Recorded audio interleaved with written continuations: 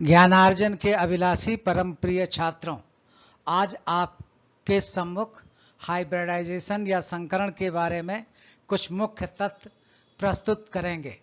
आप जानते हैं कि कार्बन का परमाणु क्रमांक 6 होता है। इनका इलेक्ट्रॉनों का विभिन्न कक्षकों में वितरण निम्नवत होता है। पहली कक्षा के s ऑर्बिटल में 2 इलेक्ट्रॉन, दूसरी कक्षा के s ऑर्बिटल में 2 इलेक्ट्रॉन और दूसरी कक्षा के p ऑर्बिटल में 2 इलेक्ट्रॉन होते हैं। अगर इलेक्ट्रॉनिक विन्यास को ध्यानपूर्वक देखिए तो 1s2 यहाँ पर 2 इलेक्ट्रॉन है जो युग्मित है, 2s2 यहाँ पर 2 इलेक्ट्रॉन है जो युग्मित हैं, 2p में 2 इलेक्ट्रॉन है जो अयुग्मित हैं।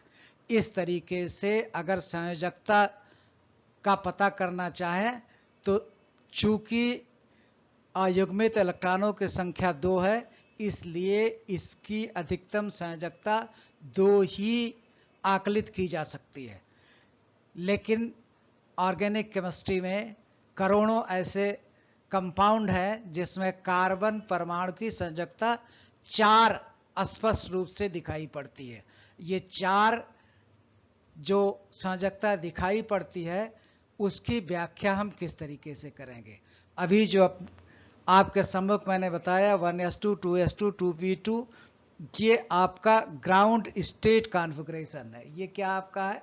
ग्राउंड स्टेट कॉन्फ़िगरेशन है। 1s2, 2s2, 2p2, ये जो आपका ग्राउंड स्टेट संयोजकता है।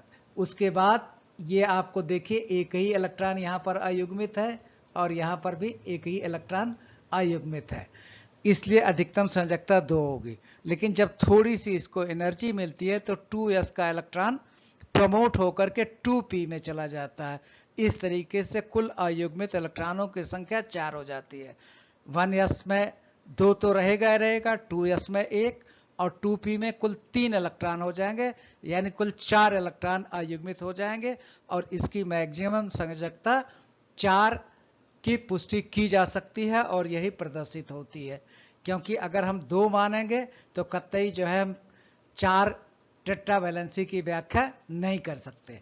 इस तरीके से हाइब्रिडाइजेशन की क्या परिभाषा इमर्ज करके आती है कि intermixing of atomic orbital of comparable energy, ऐसी कक्षक जिनकी ऊर्जा लगभग समान होती है, एकदम समान नहीं होती, लगभग समान होती है, of the same atom to produce an equal number of equivalent hybrid orbital.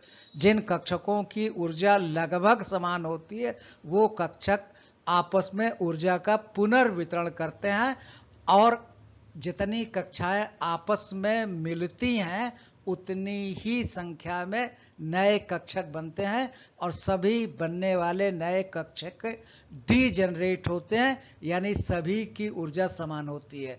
आप उदाहरण के लिए देखिए 1s2, 2s2, 2p2 था ये, लेकिन जब एक्साइटेशन हुआ 2s का इलेक्ट्रॉन जो है आपको 2p में प्रमोट कर गया, ये इलेक्ट्रॉन निकल करके यहां पर आपको आ जाएगा, इस कक्षक में आ जाएगा। अब कुल कितने इलेक्ट्रॉन हो जाएंगे? 4 इलेक्ट्रॉन हो जाएंगे और ये चारों कक्षक डीजनरेट हो जाएगी। डीजनरेट यानी इक्वल इन एनर्जी, डीजनरेट यानी डीजनरेट, ये समतुल्य हो जाएंगे, इसके ऊर्जा में कोई फर्क नहीं पड़ेगा। अगर उसी तरीके से आप आगे देख टाइप्स ऑफ हाइब्रिडाइजेशन दिखाया गया है। आप जानते हैं कि नंबर 1 sp, इसमें एक और एक p कक्षक होते हैं। लीनियर इसका शेप होता है और बॉन्ड एंगल 180 डिग्री होता है, जैसे कि बेरियम क्लोराइड। दूसरा sp2, इसमें बॉन्ड एंगल 120 डिग्री होगा, ट्राइगोनल प्लेनर होंगे, बोरान ट्राइफ्लोराइड। sp3, इसमें बॉन्ड एंगल 109 डिग्री 5 मिनट, कोई लोन पेयर नहीं। sp3 hybridisation methane. sp3 hybridisation ammonia में भी होता है, लेकिन एक लोन पेयर नाइट्रोजन के ऊपर होता है। और आप जानते हैं कि valence shell electron pair repulsion theory के अनुसार वैलेंस सेल में उपस्थित लोन पेयर एक दूसरे को प्रतिकर्षित करते हैं, जिसके कारण इसका बॉन्ड एंगल घट करके 160 डिग्री हो जाता है। उसके बाद वाटर, इसमें भी हाइब्रिडाइजेशन sp3 है, लेकिन यहाँ पर ऑक्सीजन के ऊपर 2 लोन पेयर होते हैं और ये अधिक प्रतिकर्षण करते हैं, फलस्वरूप फर्दर बॉन्ड एंगल घट करके 104 डिग्री 5 मिनट हो जाता है।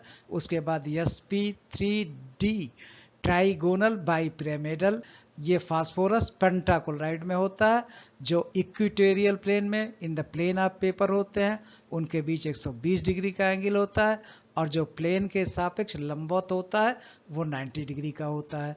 sp3d2 हाइब्रिडाइजेशन सल्फर हेक्साफोलाइट, जैसा कि आप देख रहे हैं ऑक्टाहेड्रल, इसमें सभी 90 डिग्री होते हैं।